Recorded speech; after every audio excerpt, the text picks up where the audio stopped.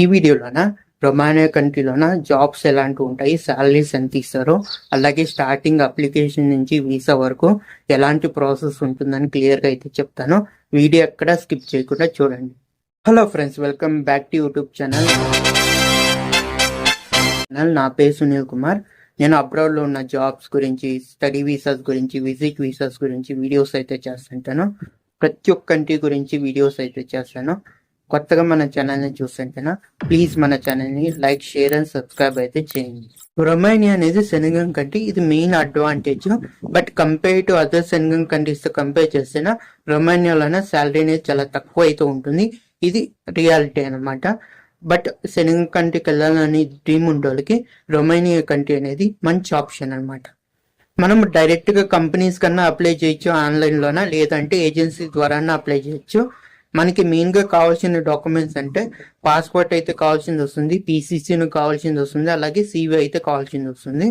Agency ద్వారా apply చేస్తే ఎలా ఉంటుందని మీకు చెప్తాను. ఇప్పుడు మన స్కిల్స్ బట్టి ఎంప్లాయ్మెంట్ ఏజెన్సీ అనేది మనకి జాబ్స్ ఇంటర్వ్యూ అయితే అరేంజ్ చేస్తారు. మనం ఇంటర్వ్యూలో పాస్ అయిన తర్వాత మనకి ఆఫర్ లెటర్ రిలీజ్ చేస్తారు, అలాగే ఎంప్లాయ్మెంట్ కాంట్రాక్ట్ కానీ రిలీజ్ చేస్తారు. సో ఎంప్లాయ్మెంట్ కాంట్రాక్ట్ రిలీజ్ అయిన తర్వాత సైన్ చేసి మనము వాళ్ళకైతే పంపిస్తాము. ఇదైన తర్వాత మనము వర్క్ పర్మిట్ కి అయితే అప్లై చేయాల్సింది వస్తుంది. మీరు అప్లై చేసే ఏజెన్సీని అన్ని చూసుకుంటుంది కానీ బట్ ప్రాసెస్ ఎలా ఉంటుందని మీకు చెప్తాను. ముందుగా మనము ఇమిగ్రేషన్ అథారిటీ తన అపాయింట్మెంట్ అయితే అడగాల్సింది వస్తుంది. రొమానియా ఇమిగ్రేషన్ అథారిటీ పేరు వచ్చేసి జనరల్ ఇన్స్పెక్టరేట్ ఆఫ్ ఇమిగ్రేషన్ అంటాము. దీంట్లో మనము అపాయింట్మెంట్ అయితే క్రియేట్ అయితే చేయాల్సింది వస్తుంది. వాళ్ళ అపాయింట్మెంట్ ఇచ్చిన తర్వాత ఫిజికల్ గా రొమానియాలోన ఇమిగ్రేషన్ అథారిటీ ఆఫీస్లోన డాక్యుమెంట్స్ అయితే సబ్మిట్ అయితే చేయాల్సింది వస్తుంది. మన పాస్పోర్ట్ కానీ, మన ఆఫర్ లెటర్ కానీ, మన కాంట్రాక్ట్ లెటర్ కానీ అన్ని డాక్యుమెంట్స్ అయితే సబ్మిట్ చేయాల్సింది వస్తుంది. వాళ్ళు వెరిఫై చేసిన తర్వాత మనకి వర్క్ పర్మిట్ అయితే ఇష్యూ అయితే చేస్తారు.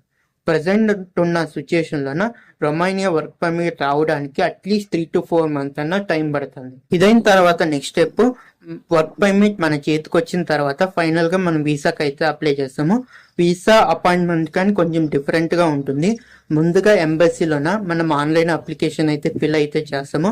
మనకు వచ్చిన డాక్యుమెంట్స్ అన్ని ముందుగా సబ్మిట్ అయితే చేస్తాము. ఎంబసీ అనేది వెరిఫై చేసిన తర్వాత మనకి అపాయింట్మెంట్ అయితే ప్రొవైడ్ చేస్తారు. అపాయింట్మెంట్ ఇచ్చిన తర్వాత మనం ఫిజికల్ గా వెళ్ళి డాక్యుమెంట్స్ అయితే సబ్మిట్ అయితే చేయాల్సింది వస్తుంది. మీకు రియాలిటీ చెప్పాలంటే ప్రజెంట్ ఉన్న సిచ్యుయేషన్ లోన రొమానియా వర్క్ వీసా రావడానికి 7 to 8 months అనేది మినిమం టైం అయితే పడుతుంది. ఎందుకంటే రొమానియా సెనెగల్ కంట్రీకి జాయిన్ అయింది కాబట్టి నాట్ ఓన్లీ ఇండియా, వేరే అన్ని కంట్రీస్ నుంచి వర్క్ వీసాకి అయితే అప్లై అయితే చేస్తున్నారు.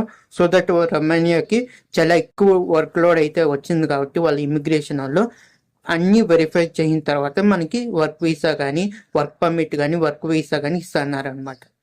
అందుకే ఇంత టైం అయితే పడుతుంది. రొమానియాలో మెయిన్ గా ఫుడ్ అండ్ అకామిడేషన్ అయితే కంపెనీ అయితే ప్రొవైడ్ అయితే చేస్తుంది. ఇది ఒక మెయిన్ అడ్వాంటేజ్. రొమానియాలోనే మనకి ఎడ్యుకేషన్ తక్కువ ఉన్నా కానీ జాబ్స్ అయితే వస్తాయి. Cleaning jobs, hotel jobs, construction jobs, agriculture jobs, warehouse jobs, delivery jobs, ఇలా జాబ్స్ అయితే ఉంటాయి. ముందుగా చెప్పా కదా, శాలరీ అనేది మినిమం 70 to 80,000 అంతే ఉంటుంది. వేరే సెనెగల్ కంట్రీస్ తో కంపేర్ చేస్తే ఇక్కడ రొమానియాలో శాలరీ అయితే తక్కువ అయితే ఉంటుంది.